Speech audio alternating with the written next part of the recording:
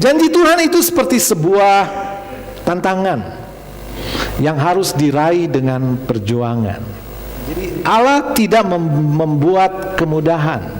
Yusuf dijanjikan oleh Tuhan akan menjadi orang yang terbesar di seluruh keluarganya. Yusuf memberikan mimpi, Allah memberi mimpi. Dalam mimpi itu Yusuf melihat bintang-bintang yang 12 menyembah bintang dia. Lalu sampai 2 kali dia bermimpi berkas gandum yang dia punya itu disembah oleh 12 berkas gandum. Abang-abangnya marah, saudara. Kurang ajar, kamu itu adik, kamu itu yang paling bungsu. Masa kami menyembah kamu? Bahkan Yakub ayahnya pun bingung. Saya harus menyembah kamu? Tetapi itulah janji Tuhan kepada Yusuf. Abraham juga begitu. Abraham adalah satu keluarga yang mapan, kaya, tetapi tidak punya anak karena istrinya Sarah mandul. Lalu Allah berfirman, Allah memberikan janji, aku akan menjadikan engkau bapa bangsa-bangsa. Bangsa-bangsa besar akan lahir dari keturunanmu. Dan itu terjadi. Sekarang ada miliaran orang yang mengaku kami adalah keturunan Abraham. Tetapi Yusuf dan Abraham tidak diberi kemudahan oleh Tuhan. Yusuf harus berjuang. Banyak tantangan yang menghadang Yusuf. Bukan cuma keluarga. Yusuf dibuang, dijual, masuk ke penjara. Prosesnya begitu panjang, belasan tahun, saudara bayangkan, baru Yusuf diangkat. Abraham juga begitu.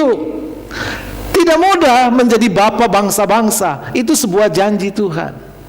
Tetapi untuk meraih janji itu, sekali lagi, Tuhan ingin kita berjuang. Tuhan ingin Yusuf berjuang. Tuhan ingin Abraham berjuang. 25 tahun kemudian baru Abraham punya anak. Dan dari anak itulah lahir bangsa-bangsa. Bangsa Israel juga begitu. The land of covenant atau tanah perjanjian. Aku akan membawamu ke tanah perjanjian, di mana di sana ada susu dan madu. Di mana di sana engkau tidak akan berkekurangan. Engkau akan mendapatkan tanah, setiap tanah yang kamu injak aku berikan kepadamu. Tetapi untuk mencapai tanah perjanjian, Allah juga tidak beri kemudahan. Allah ingin bangsa Israel berjuang. Allah ingin saudara berjuang. Allah sudah berjanji kepada saudara, yang terbesar di kota ini adalah saudara. Katakan amin. Saudara akan menjadi orang yang paling diberkati. Katakan amin. Tetapi saudara harus berjuang. Saudara harus berdoa. Kalau bisa puasa, rajin beribadah, membaca Alkitab, bekerja. Saudara akan lihat perjuangan saudara meraih janji Tuhan akan digenapi oleh Tuhan.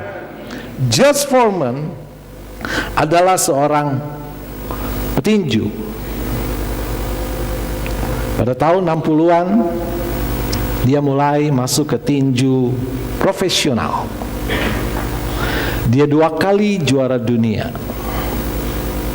Ya, sampai dia dikalahkan oleh Muhammad Ali. Pada tahun 77 dia pensiun. Dia jadi pendeta, saudara. Dia jadi pendeta, dia menginjil kemana-mana. Dia memberitakan Tuhan. Lalu dia menulis sebuah buku.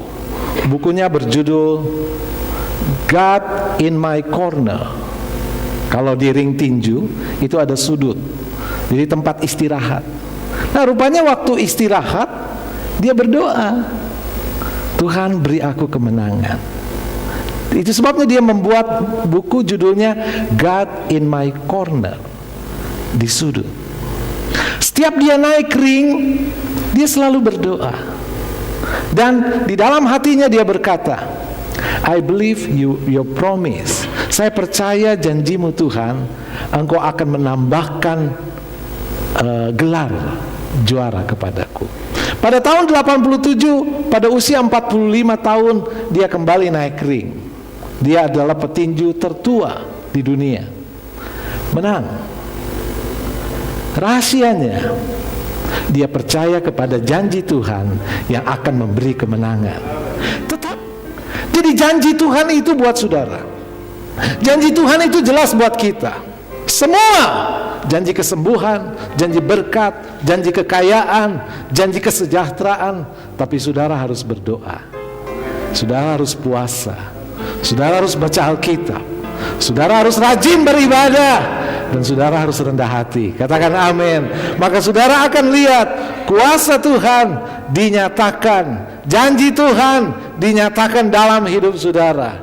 Tuhan ingin saudara menjadi orang-orang yang tangguh,